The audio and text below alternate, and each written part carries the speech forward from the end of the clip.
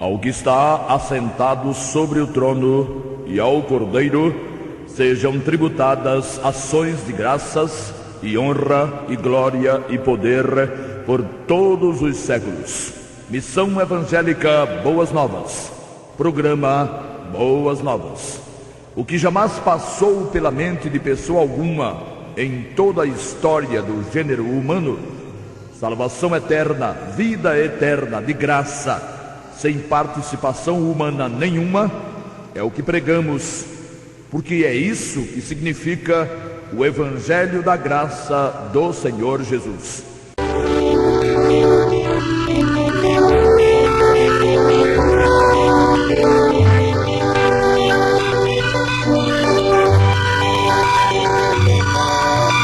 Paulo, escrevendo aos Gálatas, capítulo 3. Assim como Abraão creu em Deus, e isso lhe foi imputado como justiça, sabei, pois, que os que são da fé são filhos de Abraão. Ora, tendo a Escritura previsto que Deus havia de justificar pela fé os gentios, anunciou primeiro o Evangelho a Abraão, dizendo: todas as nações serão benditas em ti, de sorte que os que são da fé são benditos com o crente Abraão. Todos aqueles, pois, que são das obras da lei, estão debaixo da maldição, porque escrito está: maldito todo aquele que não permanecer em todas as coisas que estão escritas no livro da lei para fazê-las. E é evidente que pela lei ninguém será justificado diante de Deus, porque o justo viverá da fé. Ora, a fé não é, a lei não é da fé, mas o homem que fizer estas coisas, por elas viverá. Cristo nos resgatou da maldição da lei, fazendo-se maldição por nós, porque está escrito: maldito todo aquele que não for pendurado no madeiro. Eu li os versículos de 6 a 13, do capítulo 3 da Epístola de Paulo aos Gálatas. Ouvinte amigo, dê-me um pouco da sua atenção agora, por favor, e imagine, só imagine.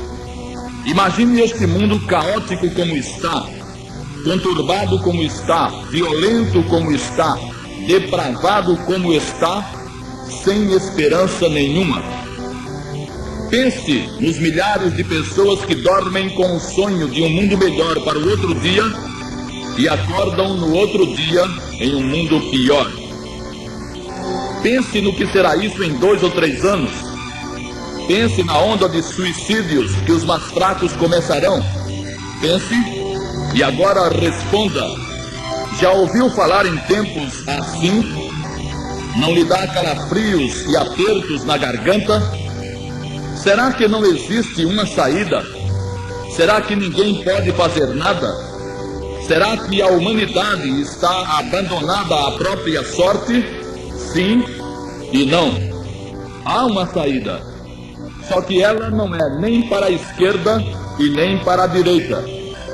Para qualquer lado que o homem se voltar, estará bloqueado. Religião, filosofias, política, são tudo utopias, tudo ilusão. Ainda que o homem resolvesse o problema do mundo, ele continuaria com o problema de si mesmo, sua própria maldade, seu próprio desatino, seus desvarios. E aí começaria tudo de novo. Como de resto alguém sabiamente disse: o maior problema do homem é ele mesmo. Mas então de que lado está a saída? Ou de que lado virá a saída? Do lado de cima. Só que ela não virá coletivamente agora. É uma saída e uma solução individual. Há uma pendência entre cada homem e Deus. Há uma barreira intransponível entre o homem e Deus. A Bíblia, a divina palavra de Deus, a chama de pecado.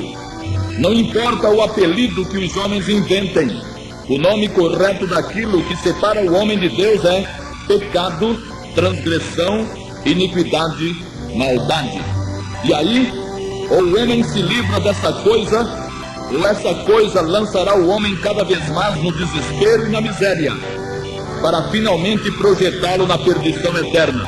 E depois disso, não vai adiantar nada o choro e o ranger de dentes. Tudo estará perdido, terrível e medonhamente perdido. Não existe nada mais importante para quem está sufocado do que o ar. Todo o tesouro do mundo, alguém sufocado trocará por ar para os seus pulmões, porque sem ar ele morrerá. E de que lhe valeria, nesse caso, o tesouro do mundo? O homem no seu espírito está sufocado pelo pecado.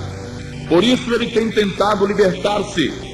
Só que suas tentativas o frustram mais, o empurram cada vez mais para baixo. E essa situação, empeorando a cada dia, termina por desesperar de tal forma o pobre pecador, que para esquecer, ele apela para tudo quanto é expediente, que podem ir do fanatismo religioso em um extremo até as drogas mais violentas no outro extremo, quando não se torna cínico e cético, isto é, quando não tenta se convencer a si mesmo de que não existe pecado nem perdição eterna, para não ter de conviver com a ideia extremamente incômoda de um sofrimento sem fim. Esta seria a situação do homem e do mundo, sem esperança, sem saída. Mas há uma saída, há uma certeza de saída. Há para quantos quiserem, porque repetimos, a saída é individual, um caminho para a bem-aventurança eterna, totalmente desobstruído e totalmente gratuito. Jesus, eis a saída, eis o caminho. Ele mesmo disse: eu sou o caminho e a verdade e a vida. Ninguém vem ao Pai senão por mim. Evangelho de João, capítulo 14, versículo 6. Alguns têm entendido errado e acham que Jesus ensina o caminho. Mas ele nunca disse que veio ensinar o caminho. Ele veio ser o caminho. Ele não veio ajudar o pecador a se salvar. Ele veio salvar o pecador. E salvar de verdade. Salvar mesmo. É exatamente isso que está escrito no texto que lemos a princípio. Cristo nos resgatou da maldição da lei.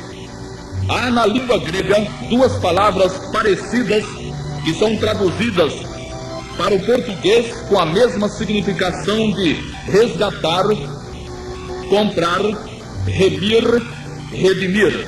São elas agorazo e exagorazo.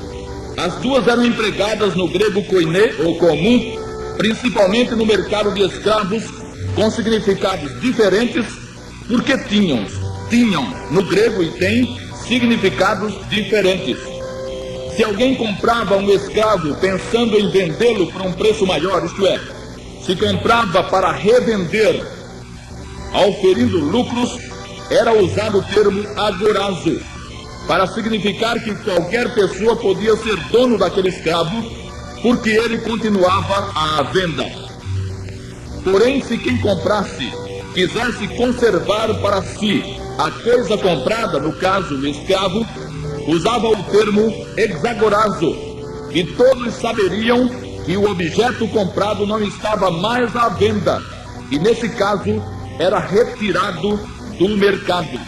Foi exatamente essa palavra, exagorazo, que foi usada no texto que lemos, Gálatas 3:13. E o Santo Espírito nos dá conhecimento e consciência de que pelo seu sangue derramado na cruz, Jesus resgatou os que nele creem da maldição da lei, de tal forma que a lei jamais poderá tocar sequer em qualquer dos remidos. Nem a lei do Sinai, nem a lei do deserto, nem as leis eclesiásticas, lei nenhuma. O salvo era, como todo homem, escravo do pecado, escravo do inimigo, escravo da lei.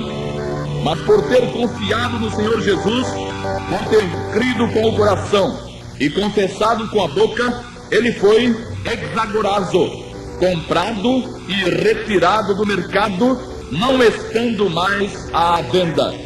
Por isso não procede e nem é verdade que um salvo possa vir a perder-se.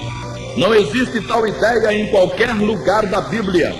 O que existe é má compreensão, má interpretação, má exegese de quem não aprendeu, de quem não soube, de quem não descansou na obra perfeita da cruz. Há uma saída, sim. Para o homem atônito, assombrado, assustado, há uma saída. Para quem quer, há uma saída. Jesus não veio a este mundo brincar de Salvador, e nem Jesus veio dar ao homem condições para que ele se salvasse. Jesus veio salvar. E ele salva de tal forma que depois de Jesus salvar alguém, esse alguém está tão salvo que nada, em lugar nenhum, em tempo algum, pode nem sequer arranhar de leve sua salvação. Jesus nunca salvou uma mesma pessoa duas vezes.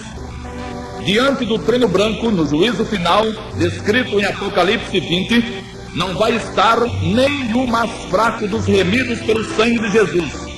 Nenhum dos que creram com o coração e confessaram com a boca que Jesus é o seu Salvador estará ali.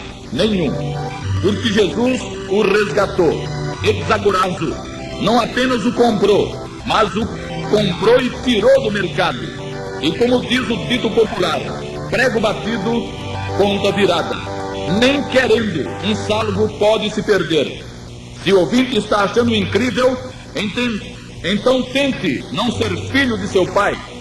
Faça um esforçozinho e veja se consegue. Você pode desobedecer, desonrar, envergonhar seu pai, mas jamais vai conseguir desfiliar-se. E ele, seu pai, pode até deserdá-lo e não considerá-lo mais como filho, mas jamais vai conseguir quebrar o vínculo que o une a você. E isso tratando-se de homens imperfeitos e falhos. Imagine o vínculo existente entre um crente no Senhor Jesus e Deus. Deus o Pai, ao conceber o plano da salvação, sabia que a salvação que haveria de outorgar ao pecador teria que ser total, completa e eterna, pois se assim não fosse, não haveria salvação. Tamanha é a fragilidade moral e espiritual do homem. Quem se rende aos pés do Senhor Jesus e o aceita como seu único e todo suficiente Salvador, confiando no que foi feito na cruz em seu lugar, não recebe promessa de salvação, nem recebe ajuda para a salvação. Recebe, isso sim, certeza inabalável de vida eterna, de redenção eterna, porque foi exagorazo, comprado e não está mais à venda. O que quer dizer, não pode mais voltar à situação anterior de perdido de forma nenhuma. Se a salvação outorgada, dada graciosamente ao pecador perdido, não fosse de uma vez e para sempre, e se Jesus não fosse um Salvador de fato, não existiria evangelho nenhum, e tudo não passaria de uma farsa. Mas Jesus Cristo não é nenhum aprendiz de Salvador. Ele salva porque veio para salvar. Ele salva porque pode. Se o ouvinte ainda não disse sim ao Senhor Jesus, diga-o nesta noite, e se fará dia em sua vida. Amém.